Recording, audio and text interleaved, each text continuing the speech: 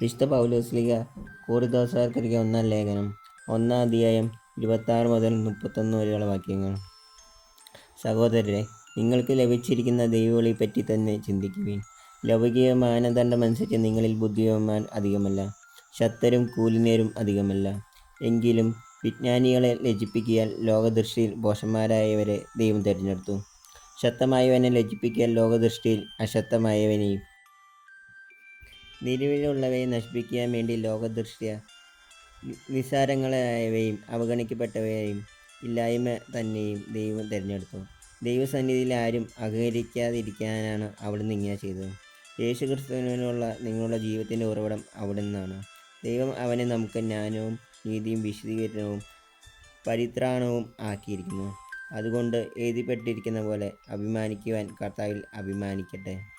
വിശുദ്ധ ലൂക്കാ അറിയിച്ച സുവിശേഷം 1-ാം അധ്യായം 57 മുതൽ 66 വരെയുള്ള വാക്യങ്ങൾ.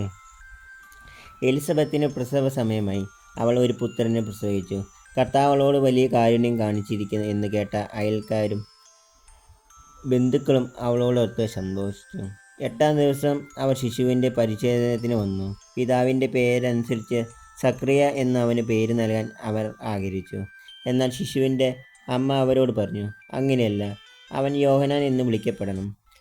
അവർ അവളോട് പറഞ്ഞു, നിന്റെ ബന്ധുക്കൾക്ക് ആർക്കും ഈ പേരില്ലല്ലോ.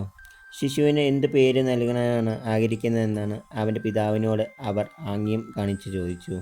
അവൻ ഒരു എഴുത്തുപലക വരുത്തി അതിലെഴുതി, യോഹന്നാൻ എന്നാണ് അവൻ്റെ പേര്. എല്ലാവരും അത്ഭുതപ്പെട്ടു. തൽക്ഷണം അവൻ്റെ വായ തുറക്കപ്പെട്ടു, നാവ് സ്വതന്ത്രമായി. അവൻ ദൈവത്തെ വാഴ്ത്തിക്കൊണ്ട് സംസാരിക്കാൻ തുടങ്ങി.